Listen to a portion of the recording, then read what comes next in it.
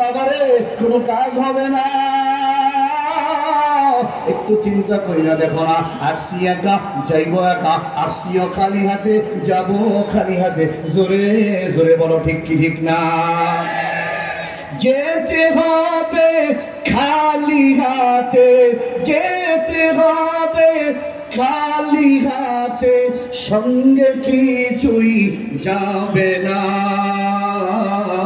সাড়ে তিন হাত জায়গা পাবি, পাবি না রে বিছানা। সাড়ে তিন হাত জায়গা পাবি, পাবি না রে বিছানা।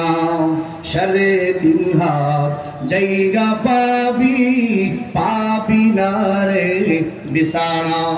মুসলমান চারটা জিনিস অর্জন করতে হবে, চারটা জিনিস অর্জন করতে হবে। চারটা জিনিস অর্জন করার জন্য নিয়ত আছে না নাই?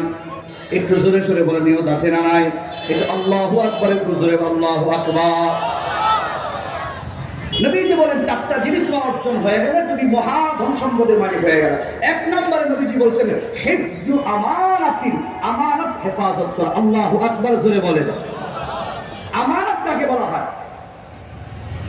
নবীজি সাল্লাল্লাহু আলাইহি সাল্লাম কি বলেন? লা ঈমানা লিমান লা আমানাতা লাহু। যার আমানত নেই তার ঈমান পরিপূর্ণ হইল না। মুসলমান আজকে আমানত বলতে আমরা শুধুমাত্র এতটুকু বুঝি, একজন আমার কাছে 1 লক্ষ টাকা দিল, এক সপ্তাহ পর ওই 1 লক্ষ টাকা তার কাছে পৌঁছায় দিলাম, শুধুমাত্র এইটা কি শুধু আমানত বুঝি না? না, আমার জীবনে ব্যক্তি জীবন থেকে শুরু করে সামাজিক রাষ্ট্রীয় জীবন, আন্তর্জাতিক জীবনে সর্বমহলে আমানত আছে। আমার মাথা থেকে পায়ের তালু পর্যন্ত যতগুলো অঙ্গ দেখেন, প্রত্যেকটা অঙ্গ আল্লাহর পক্ষ থেকে আমার কাছে আমানত। আমার বিবি আমার কাছে আমানত, আমার সন্তান আমার কাছে আমানত, আমার ক্ষমতা আমার কাছে আমানত, আমার মন মতো এগুলো ব্যয় করলে হবে না। আল্লাহ বলেন সব কিছু আমি আল্লাহ তাআলা হুকুম অনুযায়ী নবীজির তরিকা অনুযায়ী চালাতে হবে। আল্লাহু আকবার, জোরে বলো। যেই নবীর আমরা উম্মত দাবি করি, যেই নবীর উম্মত দাবি করি, মুহাম্মদ রাসূলুল্লাহ, যিনি ছিলেন রাহমাতাল লিল আলামিন। আমার নবী কত বড় আমানত ছিল জানো? আমার নবী কত বড় আমানতদার ছিলেন।